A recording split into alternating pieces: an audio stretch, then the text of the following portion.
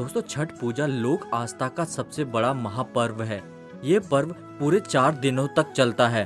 छठ पूजा की शुरुआत नहाय खाए के दिन से होती है और संध्या अर्घ्य देने के बाद इस पर्व का समापन होता है।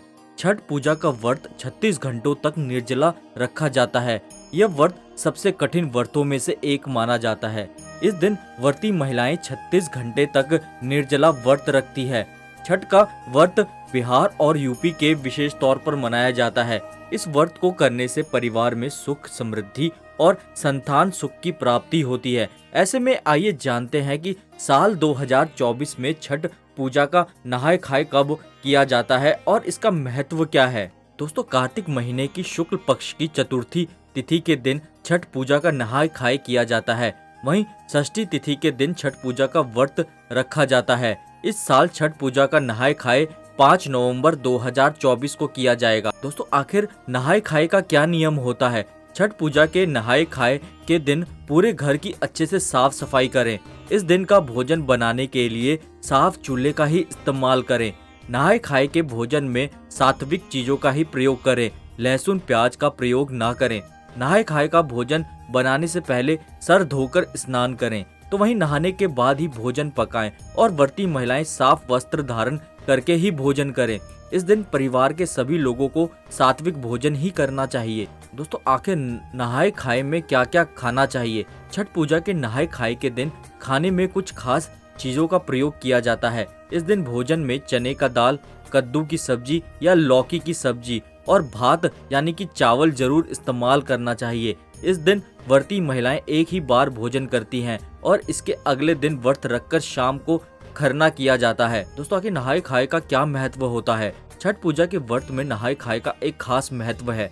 इसी दिन छठ पूजा का आरंभ होता है।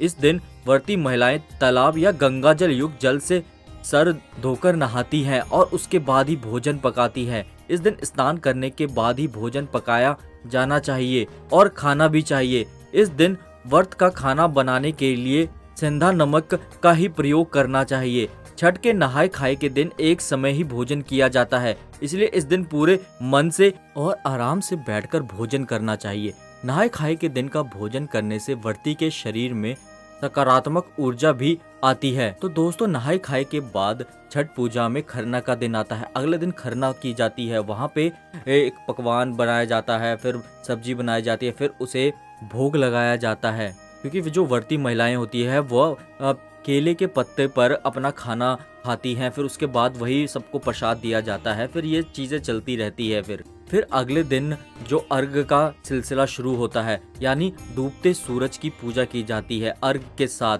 जहाँ पे सभी लोग अर्घ देते हैं डूबते सूरज को और महिलाएं पानी में खड़ी होकर प्रार्थना करती हैं हाथ जोड़कर। उसके बाद अगले दिन उगते सूरज की पूजा की जाती है और अर्घ दिया जाता है और इसी के साथ छठ पूजा की समापन किया जाता है। तो ये 4 दिनों तक चलता है ये महापर्व। दोस्तों अगर आप छठ पूजा नहीं मनाते हैं तो आपके आसपास के लोग जरूर मना रहे होंगे, तो आप जाके ये देख सकते हैं कि उनके रीति रिवाज और वो किस तरह से मनाते हैं, तो आप भी उसमें भाग ले सकते हैं, प्रसाद ग्रहण कर सकते हैं। बहुत चीज़ें होती है और बहुत ही आपको ये अनुभव अच्छा मिलने वाला है इस चीज़ का। दोस्तों अगर आपको हमारी वीडियो अच्छी लगी तो वीडियो को लाइक करें और हमारे चैनल को सब्सक्राइब जरूर कर दें।